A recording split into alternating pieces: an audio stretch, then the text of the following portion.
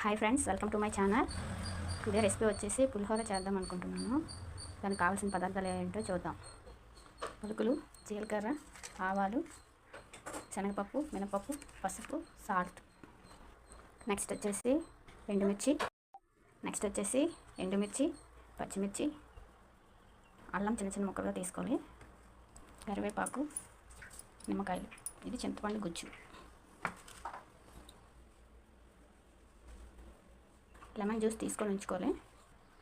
ఎక్కువ ఇంగ్రీడియంట్స్ ఉండే వంటలు ఏవైనా వండేటప్పుడు మీరు సింపుల్గా ఇలా టీ కప్స్ తీసుకుంటే బాగుంటుంది, సింపుల్గా ఉంటుంది. లిక్విడ్స్ ఏవైనా ఉండేటప్పుడు ఇలా కప్స్లో తీసుకోవాలి. లిక్విడ్స్ అయితే డ్రైగా ఉండేవి ఇలా కప్స్లో తీసుకుంటే బాగుంటుంది.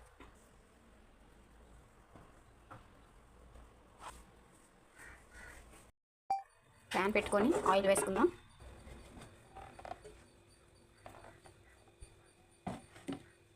పలుకులు వేసుకుందాం.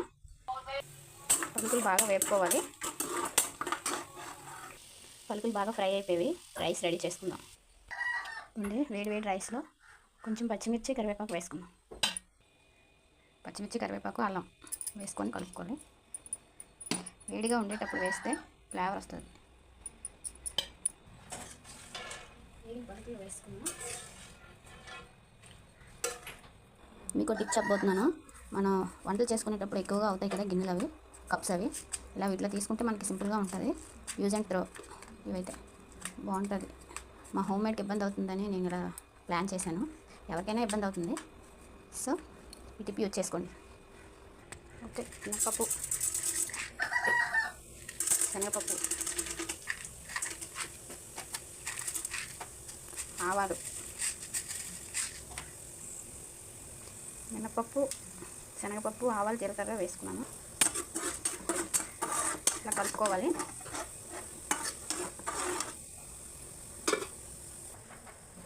జీడిపప్పు కొంచెం తీసుకుంటున్నాను, మీకు అవసరమైతే వేసుకోండి, లేకపోతే లేదు. ఇలా బాగా ఫ్రై అయ్యాక పచ్చిమిర్చి, అల్లం, ఎండుమిర్చి, కరివేపాకు వేసుకొని బాగా కలుపుకోవాలి.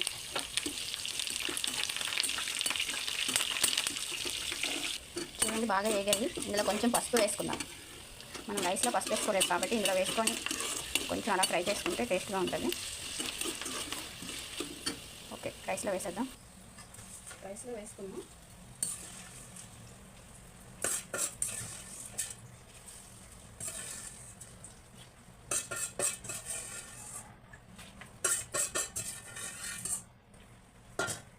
ఇప్పుడు ఇదే ఆయిల్లో చింతపండు గుజ్జు వేసుకుందాం. నేను సాల్ట్ వేసుకోలేదు కదా ఇంతవరకు. చింతపండు గుజ్జులో వేసుకున్నా. ఇందులో వేసుకుంటే బాగుంటుంది. అంటే సాల్ట్ కరుగుతుంది. స్పూన్ సాల్ట్ వేసుకున్నాను.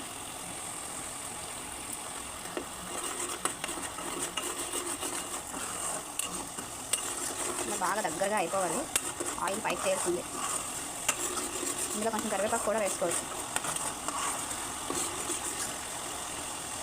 చూడండి, దగ్గరగా పేస్ట్లా అయిపోయింది. ఆయిల్ అంతా బయటకు వచ్చింది. ఇది వేసేసుకున్నాం. ఇందులో వేసుకున్నాం. ఇందులో వేసుకొని బాగా కలుపుకోవాలి.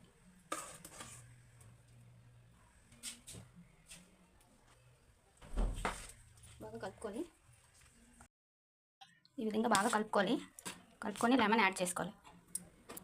లెమన్ రసం లైట్గా వేసుకుంటే టేస్టీగా ఉంటుంది. ఇప్పుడు చేతితో కలుపుకుందాం.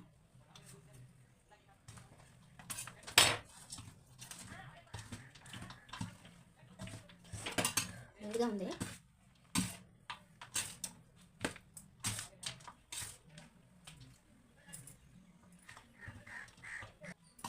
చాలా మంచి స్మెల్ వస్తుంది.